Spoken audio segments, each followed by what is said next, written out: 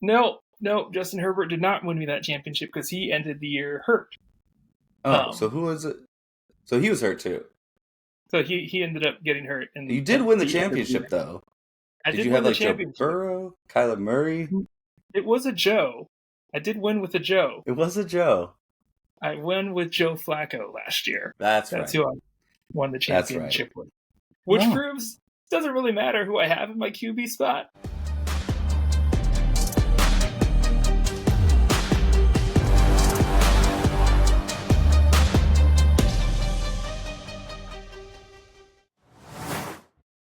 Nate, my man, welcome back. We're back at it again, and it's been a couple weeks. I'm excited to talk through some quarterbacks today. How you doing, Nate?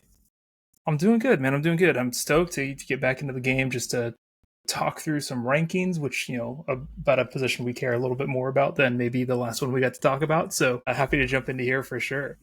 How's your week been, man? Yeah, man.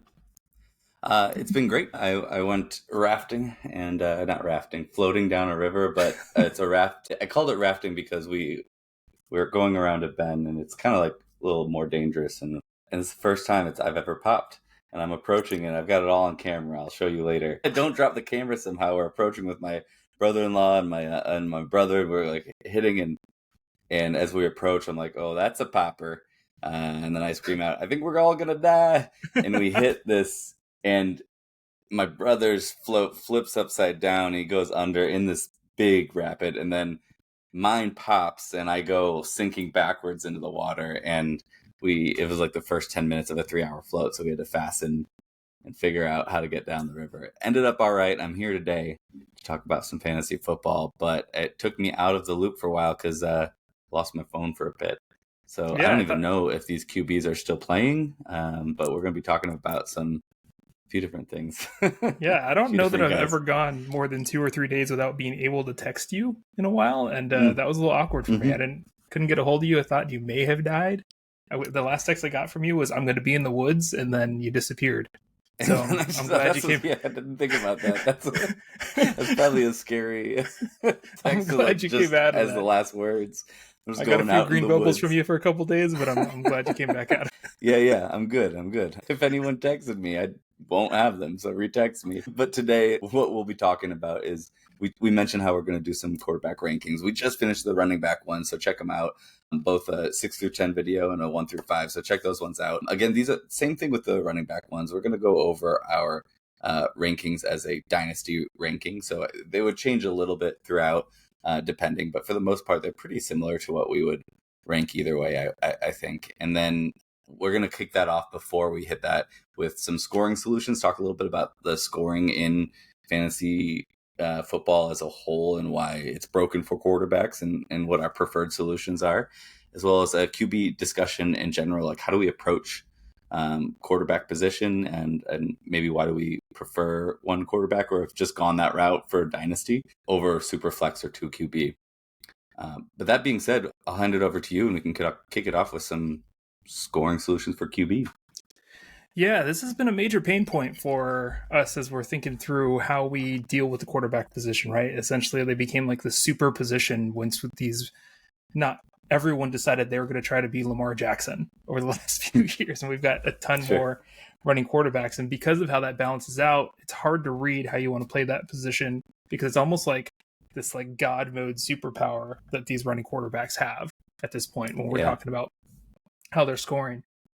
And what sucks for that is that you get a lot of talented quarterbacks, like you said, that are great pocket passers or passing quarterbacks. And some young guns that are out there right now that are kind of falling into that category that you would have a hard time ranking high, even though as we get into rankings later, I ranked them high anyway. You got these passing quarterbacks that aren't scoring, that aren't going to be getting you a ton of points. So, in an ideal world, when you think about rushing, probably a great fix for that would be changing up how we score per position, like changing up our rushing yardage points at least per the position that we're talking about. That way, we can kind of find a way to balance it out. But as of right now, like what is something that I'm going to pause for a second? We can cut this. I got a bunch of salt in my olive. My eyes are like watering. Give me 1 second. All right. Well, that was weird. That's so emotional about it. I know. I was really upset about. Now my eyes started watering and.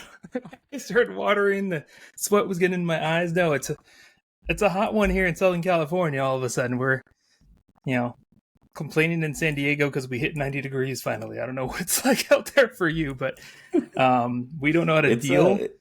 It's there. I think we're in like the mid 90s now. Yeah. So we don't, spoiled brat that I am out here, we don't actually know how to deal with life once we go anywhere outside of the range of 65 and 85. Just go to surf. Yeah, like not at the beach. But yeah, anyway, I get really emotional when I think about how badly we're messing with these pocket passing quarterbacks by not scoring them correctly. So I think an ideal fix today would be fixing how we score these guys per their rushing yards. But I know that's not a fix that Sleeper's offering or anywhere else is offering today. So what are some other ideas that we can think of about how we would fix this right now? I don't know. What do you think, Arlen?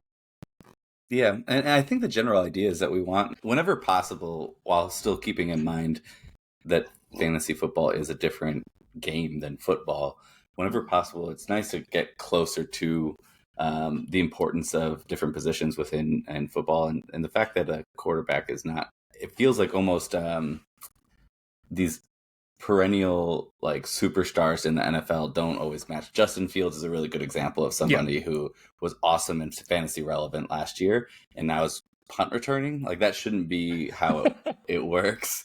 That's an extreme example, but it shouldn't be how it works. You should have Mahomes probably as number one, but spoiler alert, I don't. And I think that you said it, rushing yardage should be 0.25, just like throwing when it's the QB, to kind of balance this out. There are some settings, though, like you alluded to, that we have now that it is possible to balance it a little bit. And some I've tried and some I haven't. So I was kind of just scouring like Sleeper's settings. One of them that is more obvious and known is 6-point, though it doesn't have to be 6-point. You can kind of inflate it more if you want, but 6-point passing touchdown instead of 4 is a more common approach to balancing it out a little bit. You're obviously rewarding those passing QBs, though rushing QBs often throw touchdowns too. So right. So I don't think it does balance it as much as, I don't know if it balances it as much as it needs to. And in Superflex, it's almost more dangerous because you just have more quarterbacks that are like, it inflates a higher percentage of your scoring to those positions rather than the other positions that you have. So I'm not 100% on board with that as the solution. I think so that's going to level up your drawback. Right. It levels up your passing quarterbacks, but it also super levels up your two-way quarterbacks. So yeah. Right. So I think that it works in one QB to do that. I think it's a little tougher to have that in a 2 QB where both of them are kind of inflated a little bit. And it, like, I guess as this, not as a segue, but just as a sneak peek of like why I like one quarterback. I do like Superflex in other ways. For Dynasty, I wasn't ready yet to make that decision because one QB felt like it kept every position a little bit more balanced. And 2 QB kind of overinflated that, I felt. So like that, I'm conscious of that with the scoring changes there. You can do points. You can reward the actions that the quarterback that's throwing usually does, or does more than the other. So points per pass completion is one of the options there. So you give 0.1 points or whatever you find after like adding it up throughout the year and looking at it. 0.1 seems like inappropriate, where most pocket passers are doing 3, about like we'll get 3 points about 30 passes, and non like mobile quarterbacks would be doing like 20. But then you have Anthony Richardson, who would be doing 9 and 11, I think were the 2 games that he played, passes completed, where it would just nerf the extreme cases. Right. And so I don't think that would ruin the game there. And then you can also do passing first downs, give a point or so for a passing first down. And those are some ways that you can kind of boost the pocket quarterback, the traditional quarterback, and maybe balance it out a little bit more without overtaking that position in fantasy football. Yeah, of all the ones that you just laid out, I think I would favor the passing first down one. I think that's, traditionally with your running quarterbacks, they're gonna find the opportunities to go get that first down and go bully their way for that first down, and the same way that the passing quarterbacks earning that in the way that they find the open man or find their slot receivers or whatever. So I think it's the fairest way to do it, because that gives them a point that rushing quarterback's not going to get for what they make up in those yardage. pieces. So Yeah. I like that call out for sure. I don't know if this is ever going to be a fixed issue. But we can keep spamming sleeper. It's so easy to, like, so many other things break it up by, like, receptions, break it up by, like, Right. you can do a bonus for receptions. You can do, like, so many different things by position. So I think it's just a choice that they have to make. Sleeper, fix the quarterback situation. The scoring is broken. Yeah, absolutely. I'm with it. Moving to a little bit of a discussion about it, and we'll make this quick because I want to dive right into these rankings, our first 5. But the quarterback approach, how do you approach the position in fantasy football? Do you prefer, I know that we're in a 1 QB dynasty, but we also do some super flex together in redraft. What do you lean towards? What do you prefer, and why? So I will say one thing is that me and you play in so many leagues, you can get a little bit more experimental with this. So I tend to try to aim for those quarterbacks that have a safe base, like they've got a safe floor, but have pop potential, right? So I don't want to wait for someone that's like a 12 to 14 quarterback. I want to go grab whoever my like quarterback 10 might be, but has quarterback 5 potential. Like I'm trying to find those guys with great upside. If I've got some places to spare. I tried a couple of years where I would aim for your Josh Allen and pick someone up in the in the 3rd or 4th round or 2nd round, but I just don't like how my team ends up being in redraft as far as my flex positions go. If you go too early, and if it wins for some people, but I'm not a huge fan of doing that. So I usually am going to be ranging for those mid round quarterbacks, trying to find someone that's going to be the next top 5 guy. I think you called it out here that only 40% of quarterbacks who finish in the top 5 in fantasy points one year finish in the top 5 the following. So let's figure out who the new 60% are going to be, and that's usually who I'm aiming for.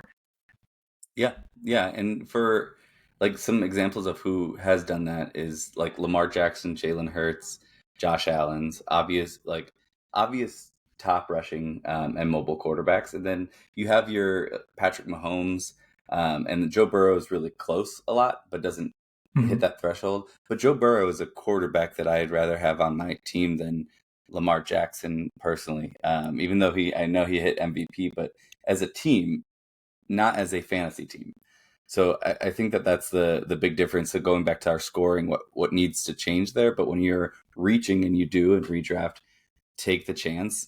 It's got to be a mobile quarterback. And when you're looking deeper and you're waiting, you're kind of not punting the position, but it's definitely not the priority of what you're picking. Then you're looking for a Jayden Daniels that has the ability to break fantasy. Anthony Richardson, who's climbing up now in redraft. There's a lot of hype around him, but there's still that ability to grab him later than some of these other guys that he can. I think you alluded to it and my rankings kind of suggest this as well, of just I rank based on not an average, but like who I would really grab there and who has the potential. I really weigh heavily on who has the potential to jump up way high when I'm looking at my 6 through 10, like who's a safe, but also who maybe there's a player that you love on a team that you root for that I didn't put in because I don't see the jump available, but I saw it for somebody else. Right. So yeah. actually, that might be a good segue to this player that we're talking about, of your number 10, if you want to jump into it. Yeah. So let's talk rankings. So when we're talking about, we're going to jump through 10 through 6 today as we go through this episode. And just like we did with the running backs, we're going to go over who we think. And again, we reserve the right to switch this up. These are dynasty rankings, folks. And we are in early July. So many of our scenarios are hypothetical right now for how we think these guys are going to pop. Once the facts start dropping and we can see what we see, we do reserve the right to switch things up. So with that in mind, so every caveat in the world I can possibly think of, I could not set up my top 10 and remove Justin Herbert. I think that I've shown over and over again as we've talked through this, logic kind of falls by the wayside when I get to talk about my Chargers a little bit, and I'm shamelessly a homer here. But I will say, Herbert ranked, when we look at last year's scoring, he kicked off the season, I think the first 3 or 4 games, he was the only quarterback that was averaging over 20 points per game. He ended the season averaging 18.6 points per game. That was with a carousel of wide receivers. It's been kind of the story of his life the whole time that he's been in role. And yes, they are absolutely changing up how they're going to play the game this year, for sure. There's no doubt about that. With how they're planning on running the ball, we've talked about this ad nauseum, but he's still going to have to pass the ball, and that's still going to go out there. He's still going to find Ladd McConkey. He still has Josh Palmer out there. He doesn't have a lot of rushing upside. He was averaging 5.5 rushes per game last year, and that might have been 4 rushes per game last year, and that was mainly out of necessity. But I still have him in my top 10 because he's shown that he can be there. We don't know. We can guess all we want. We can watch what Harbaugh's doing with the line. We don't know what this offense is going to ultimately look like, and how they use Justin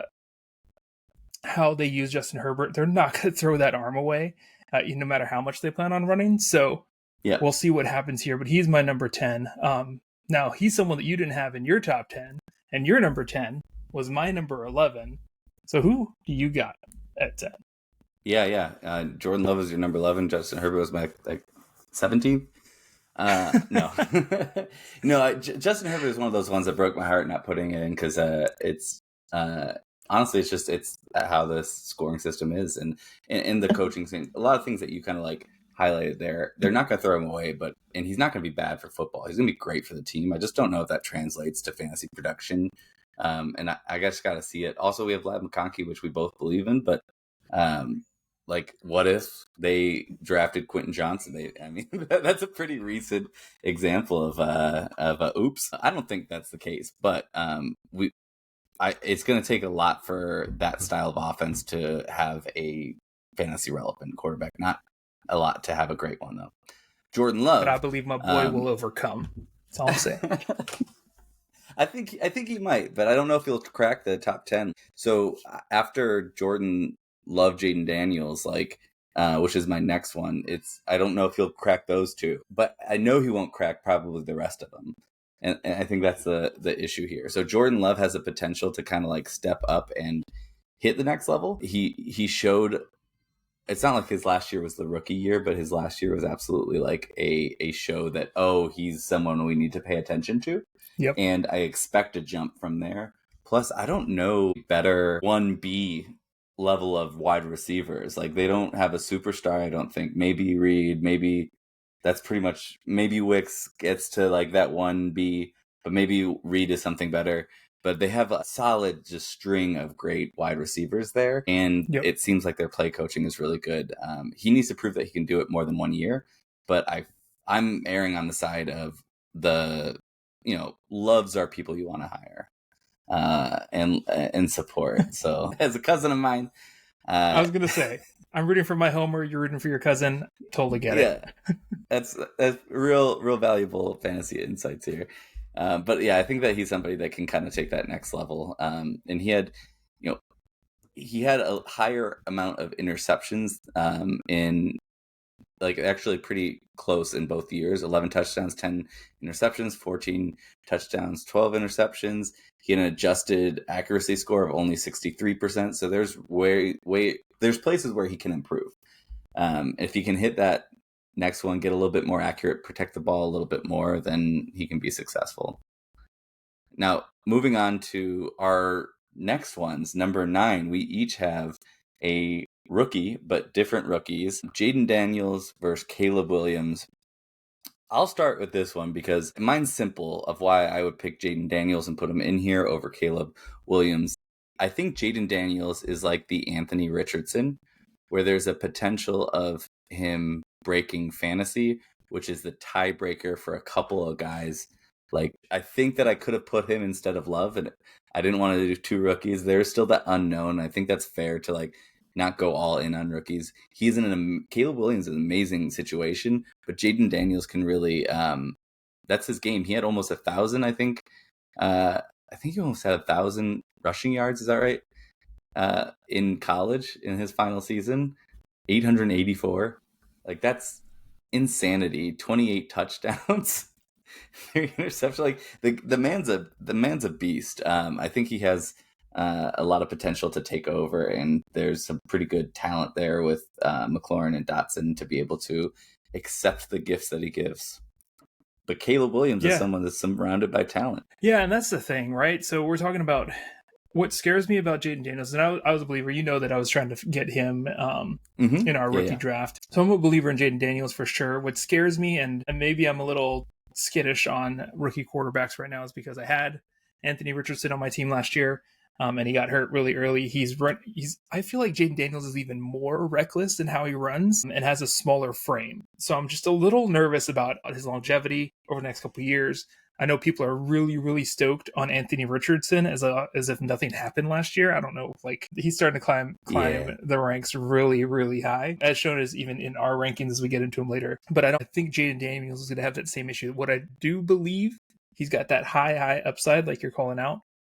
Man, it makes me nervous. Caleb Williams, I believe more in his arm and the weapons that he has around him. What he's got available to him to help him win, and he's just set up for success right out of the gate. We've talked about this a little bit before, but it just makes so much sense that he just shows up as the guy and has the best opportunity to pop early as a rookie. So I just feel like his floor is a little bit more there for what he's going to be able to do this year. You can't put Keenan Allen, DJ Moore, Cole Kmet, give him a rookie to grow up with. I'm really hoping that we see great things come from Caleb Williams. I got to put him in my number 9.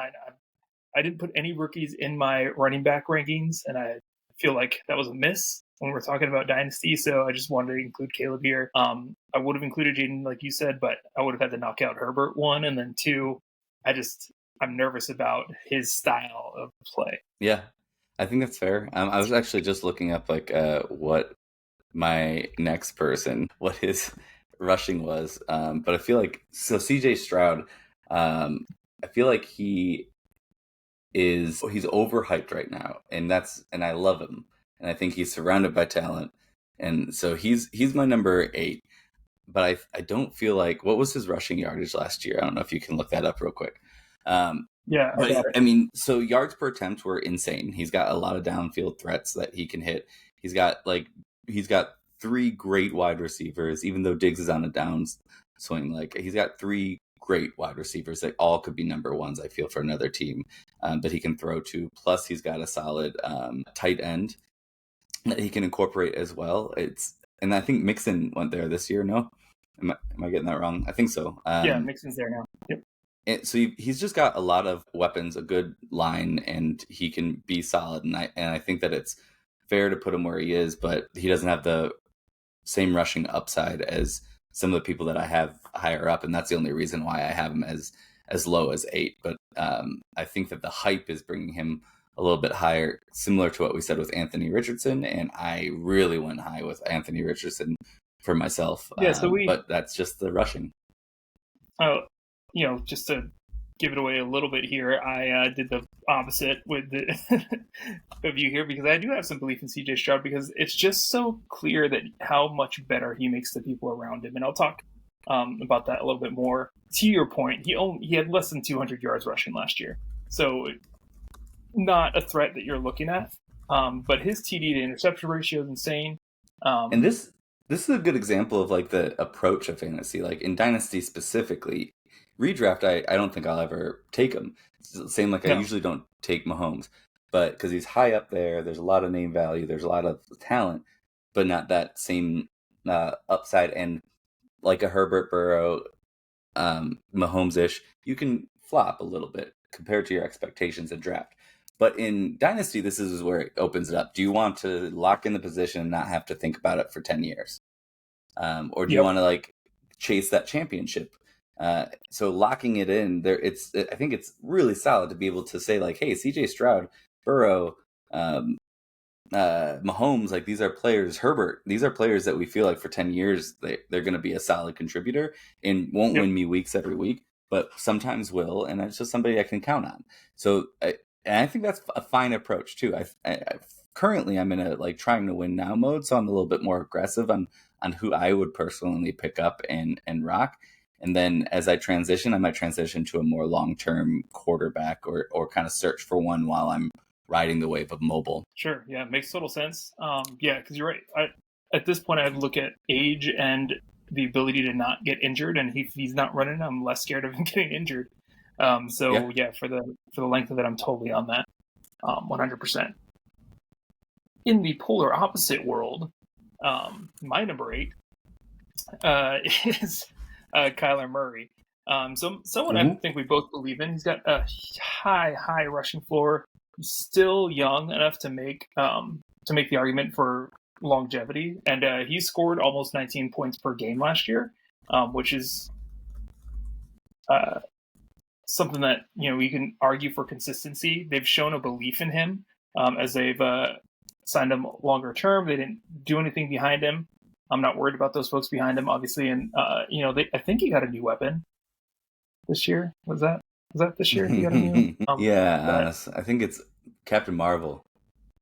Okay, Captain. Yeah, Marvin Harrison Jr. happens to beef it up a little bit with McBride coming in strong right behind. Yeah, he's got so many tools. He's got a great core there. Trey McBride's going to really help him out, obviously, be a safety blanket. And I think Marvin Harrison's going to be magical. We know that Kyler knows how to lock it in to his number one wide receiver. Yep. Whether it was D-Hop. When D-Hop went down, it was Hollywood Brown was able to lock it in and get points out of that one guy and really, really, really drive it down the field. And so Kyler's got to be in the top 10. Yeah, I think he fits right where I put him. And so it makes a lot of sense. And you can talk about why you think he's even better as we get later down the list here. yeah, for sure. I have him higher up, but I think the next grouping we have is Joe Burrow for both of us for number 7. And I'll let you lead this one. What are your thoughts on Joe Burrow? Because I think there's like starting to be a hint of injury concern, but at the same time, when he is there, and he's there most of the time, I think it's just a recency bias. He's been producing, but he's the same thing. He's someone I would love for my franchise as a real NFL team, and it would be just a locking in long term for your. Yeah, I mean, he was scoring 15 points per game last year, so it was a little bit down from where we have seen him in the past. But the boy has a high completion rate. He's got the wide receivers he needs out there, at least for now. T. Higgins is still around, right? So he's got the options that he needs, and he just shows that he's going to be a solid passer for the foreseeable future. He's just someone that I think, for me, I'm going to be really focusing on, especially in redraft. He's that guy that I'm talking about, that he's at least going to have a floor there. But if he locks it in, he's shown that he can be an elite option in fantasy. So, and I think he'll be available further down the list, right? I think I can get him in round 6, 7 in a redraft situation versus trying to find home. I think so.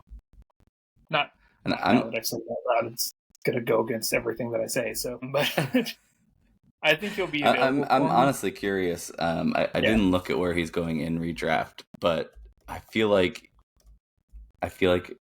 he couldn't get him there. Let me see. Mock drafts, I think I saw that the highest he was going was pick 60. So I guess that's round 5 in a 12 team. Yeah. But yeah, at that point, if I can get him around 5, I think that'd be like back end 5. I'd be happy with. But the fact that by 5 you've probably gone through 6, maybe 5 quarterbacks total.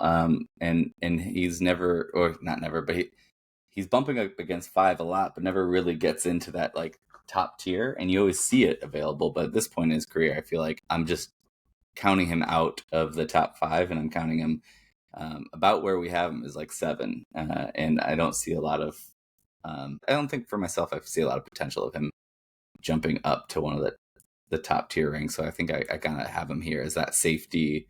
You don't have to, in redraft, you don't have to hold another quarterback. If you're in a 1 QB, or at least like you can go a little thinner if you're in 2, and with Dynasty, you could just focus on other positions for the next 10 years during your runs. Yeah, absolutely. So this is where I actually have Kyler Murray myself. So, and it's due to the fact that he's one of the younger quarterbacks than what it feels like he is. He does have that mobile ability, but he also has the talent around him to not have to rely on that. So he has the ability to have that longer term value, because he does have these, I mean, really young superstars. McBride, I feel, is like he's a star. Marvin Harrison Jr. is obviously projected to be that. I think if he fails, he's like not top 10. Marvin, and in the as a wide receiver in the NFL itself. So you got and then Michael Wilson's not a bad second at all, and I don't think that they're done adding. Benson now we have as like the transition from Connor. So I think everything around him is really solid. I think that they have a really good game plan for the future, and Kyler Murray is a part of it. So at 26 years old, he's going into his 6th season, and when he's on the field, he's been successful. So I think that Kyler is a really great candidate to just go out and grab personally. And I've dreamed of a world where he's on my team, but Deshaun Watson is just not allowing me to trade him for value. So I have to stick with him and not try to move that over to Kyler. That was my plan for a while. I'm like, no, he sucks. But I think with no picks, it's probably not going to be on my team. Somehow, Kyler Murray, though, is my number 6. Your number 6 is? And this is where I put Anthony Richardson. This is someone that I have. We've talked about him a ton already. You can't deny the talent. You can't deny what he's going to be able to do. When you look at just the limited amount of games, we talked about CJ Stroud having 167 yards for the entirety of the season.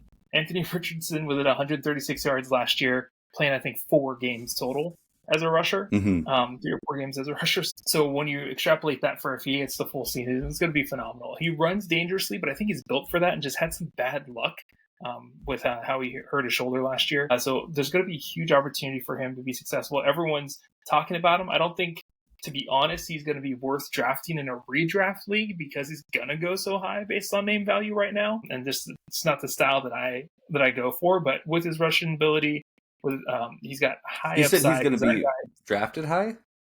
I think he's going to be drafted pretty high. I think he's going ahead of in a redraft when I looked at it, he's going ahead of Burrow. He's going ahead of like all these other guys. And for the risk that's there in redraft, he could get hurt in game 2, do the same thing again. There's some risk there, but again, a huge high upside. Limited sample size that we're working with, but man, like with what he was able to do in that short amount of time, 6 TDs, 1 interception, 870 passing yards. It's well worth the risk if you can get him in Dynasty for sure. And I think he's still worth the call of being in the top 6 of quarterbacks. Not going to give away the farm for where you have him ranked, but we'll talk about that next time. Now, I do have a quick question because it's 2 players that we've already, and we'll end on this here.